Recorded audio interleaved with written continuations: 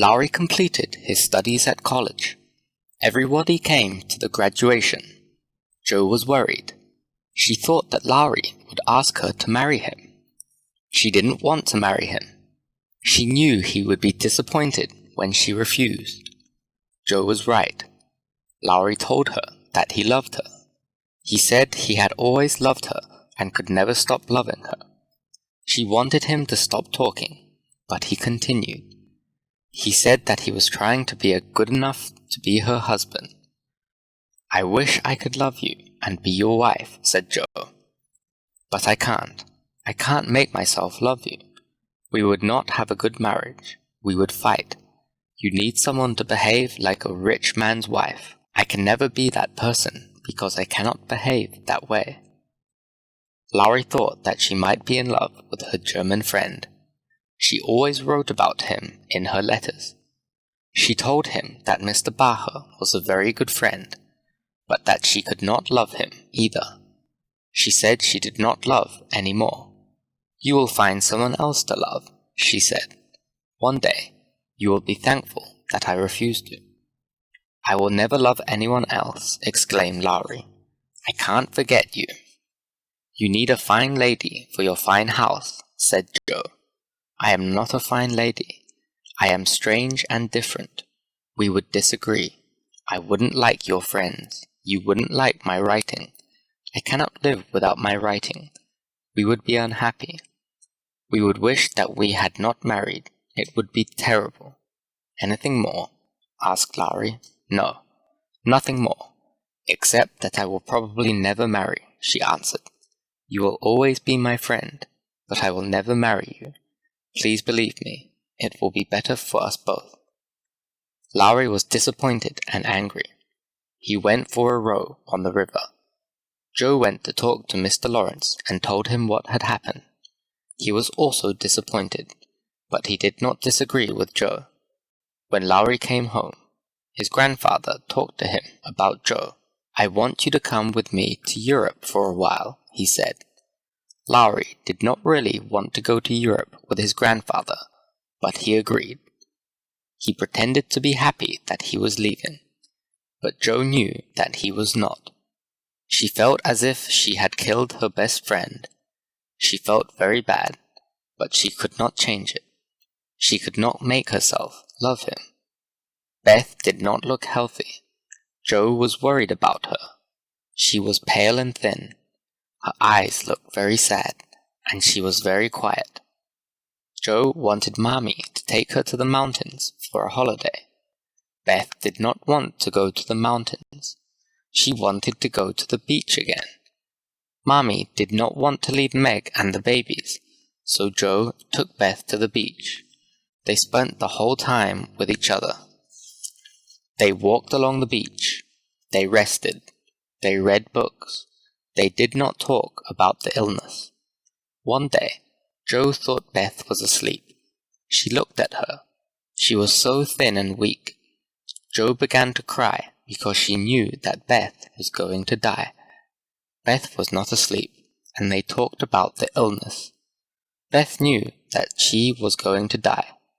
She had known it for a long time. At first, it made her sad, but now she was used to it. "Every day, I lose a little more of my health and life," she said. "It is like the tide going out. Nobody can stop it." Jo was very sad. She wanted Beth to get well again. "We will stop the tide," she exclaimed. "God cannot be so cruel. He cannot take you away from me." Beth was sad too. She did not want to die, but she knew that she would. "I don't think I was meant to have a long life," she said. "I never made plans for the future. I never had any ideas about what I wanted to be when I grew up. I never wanted to go anywhere but stay at home with Father and Mommy.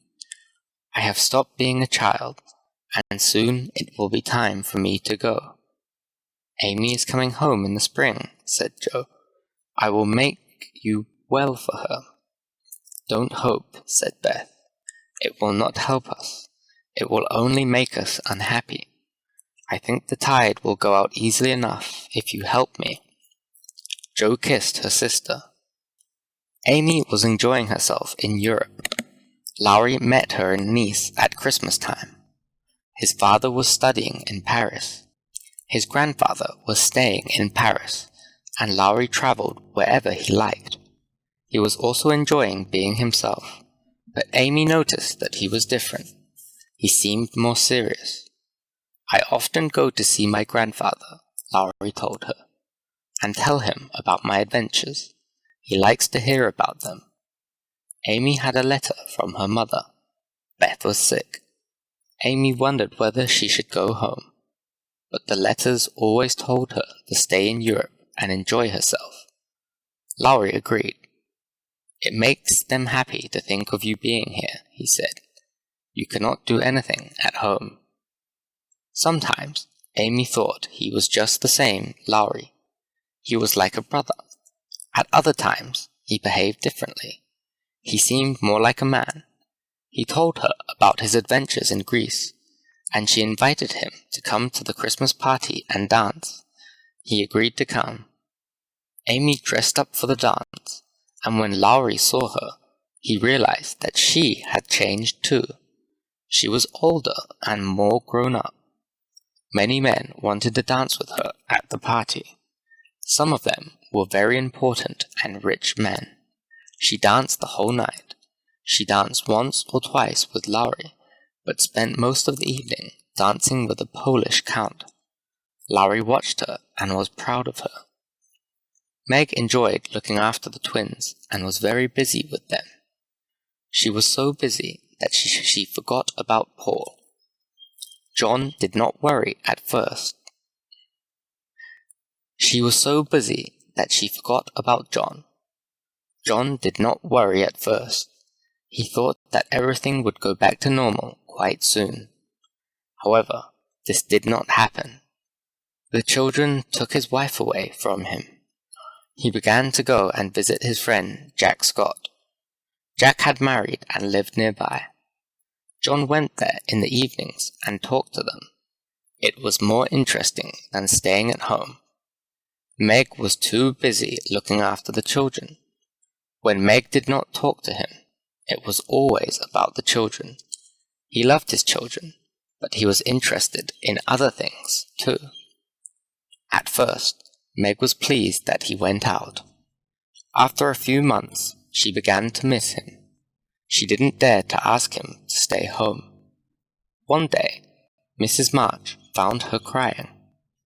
"What's the matter?" she asked.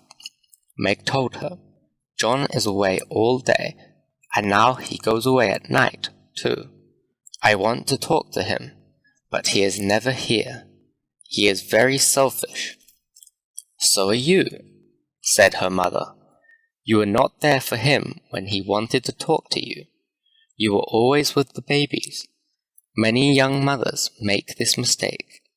"What should I do?" asked Meg.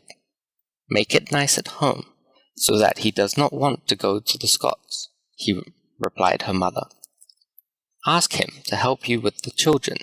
They are his children too. I am sure that he will be happy to help." Meg thanked her mother and tried to do as she said. It worked. John noticed that she wanted him to stay home and help with the children. He was very good with them. Meg always gave them what they wanted if they cried. John did not, and they soon stopped crying. Meg was surprised and pleased. Their home became a happy place again, and the Scots came to visit them. Even Sally came to visit them, because Ned was often away. "Your house is always so friendly," said Sally. Laurie stayed in Nice for a month. He was tired of being alone and enjoyed seeing Amy.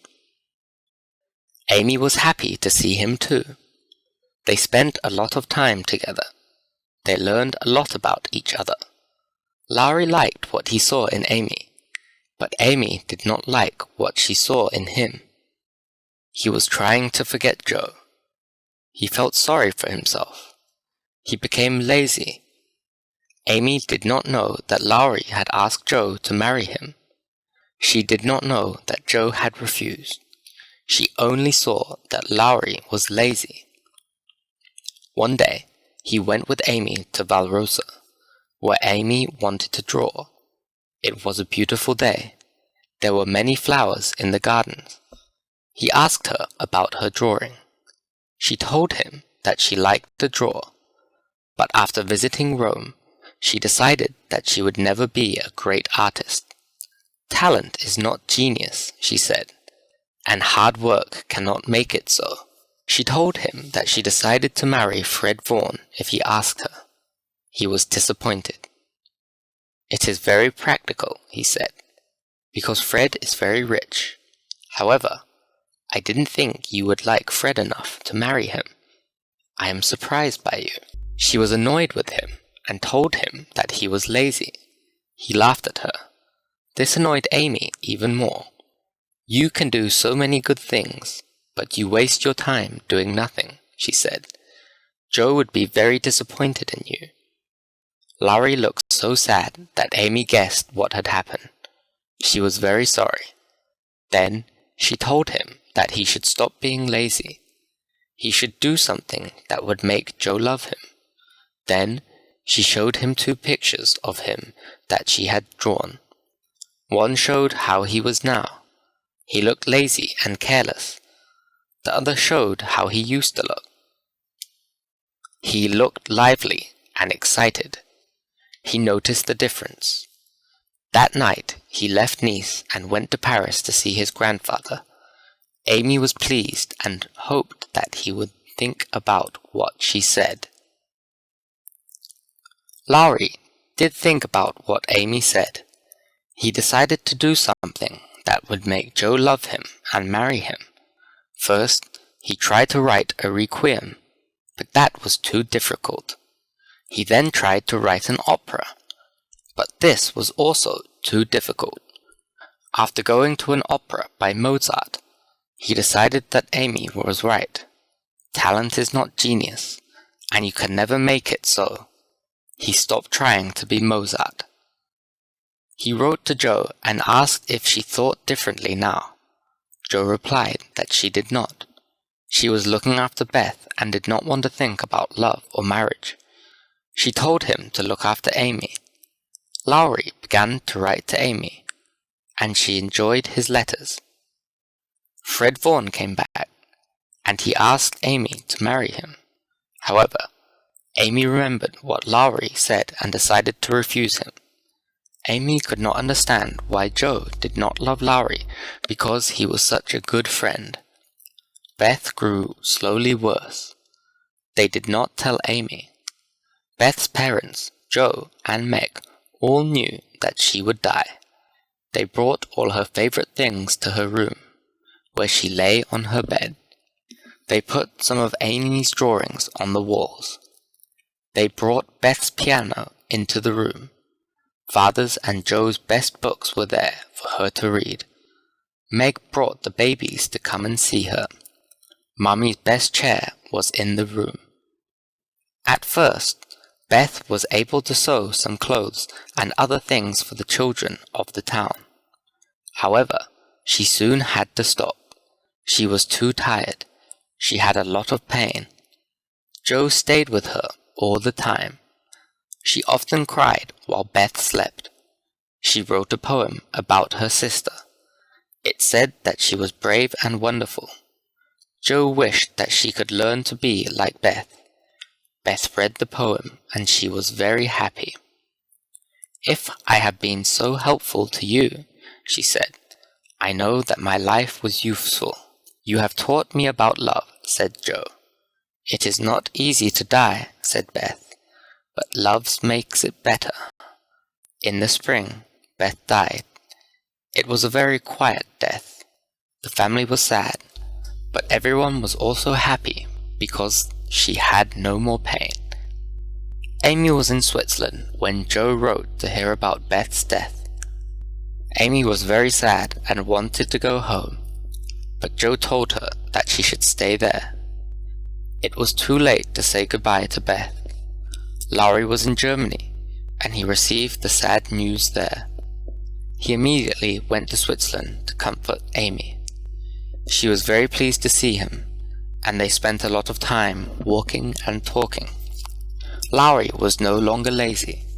He walked, went riding or sailing, and read. He was always busy, but he always had time for Amy. One day, they went rowing on the lake.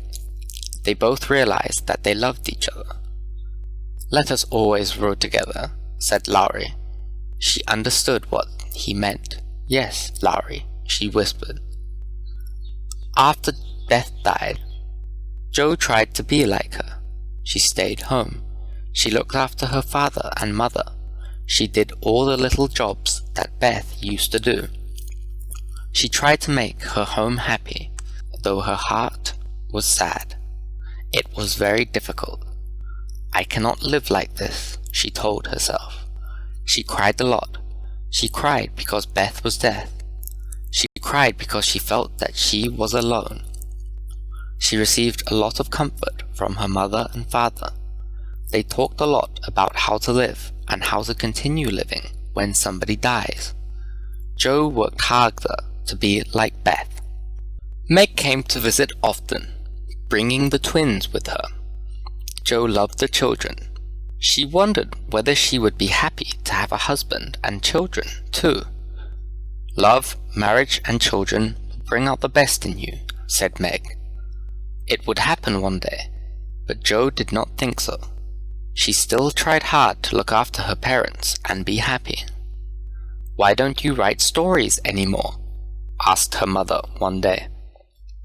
"I don't feel like it," said Jo, "and nobody wants my stories now."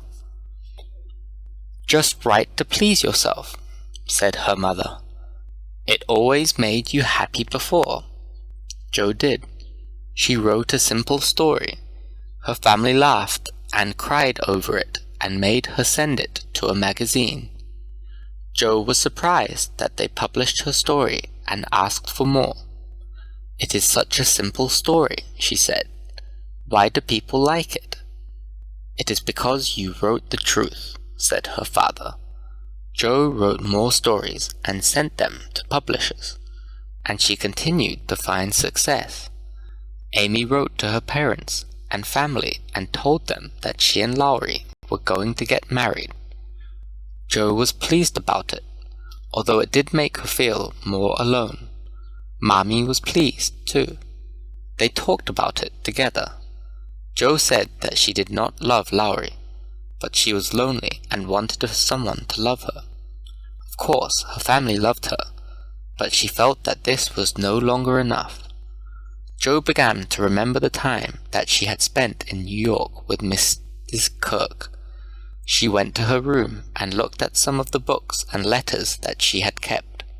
She saw a note from her old friend, the German teacher, and wanted to see him. She lay on her bed and cried. Was she feeling sorry for herself? Or was she beginning to understand love? Only time would tell.